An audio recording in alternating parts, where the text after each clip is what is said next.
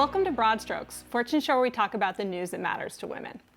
So Davos kicked off this week, the World Economic Forum, where all the global elite gather to talk about the economic issues of the day. This happens every year, and every year they get called out for not having enough women. So this year they're at about 20% women, which is not a lot, but it is a record. Yeah, I mean, it is a record, and some of the big names you see there are the same names that you see on Fortune's list of most powerful women. So Sheryl Sandberg, Ginny Rometty, Meg Whitman, Mary Barra, people like that. But so many of the panels that they're on are about women, right? They're about gender equality issues, about how to get more women in STEM, how to get more women on boards or in the C-suite. I would like to see more women talking, in general about, what the conference is about, economic issues. There's an easy way to do that also.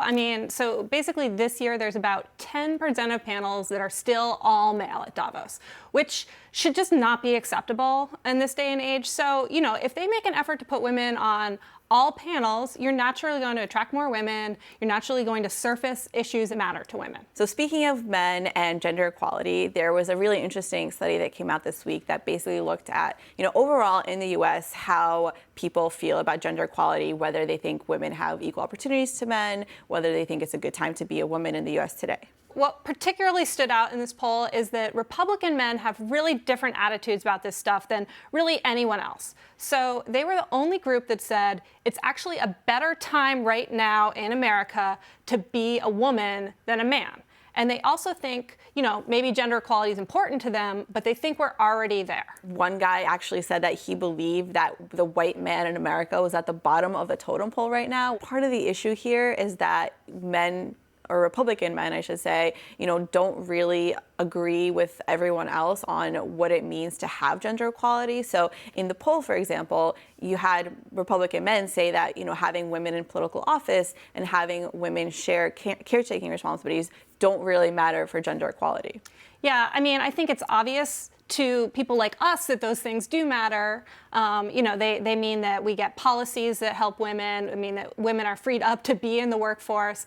But it's important for us to remember that not everyone we talk to is on the same page. So we need to do the work to convince people why those things are important. So speaking of women's equality, we had a really interesting piece on the site this week from Sally Krawcheck. She has a new book out, so she wrote this piece for us that basically says, I'm so over the term women's empowerment. Yeah, I thought this was really interesting too, and I also hate that word, so it was a great piece for me to read. But, the reason Krawcheck hates it is, to empower someone means to give someone power. I think a great example of women being empowered is, when Trump is basically saying he, broke the glass ceiling for women in construction. Yeah. So Sally Krawcheck wants us just to get really active, to seize power, to figure out where we have power. And she had some talking points about how we can do that in her piece that were really interesting. So one of them is she wants women to have more of what she terms courageous conversations. So this is basically when sexism happens around you, have a conversation about it, and not just with the other women at the office, but with the whole staff, with whoever is the root of the problem. Yeah, this definitely really resonated with me. I think no woman wants to be like the sexism police and be the one always calling this stuff out, but I think it's really important. Unfortunately, that's all the time we have this week on Broad Strokes. Come back next Friday for another episode on Fortune.com.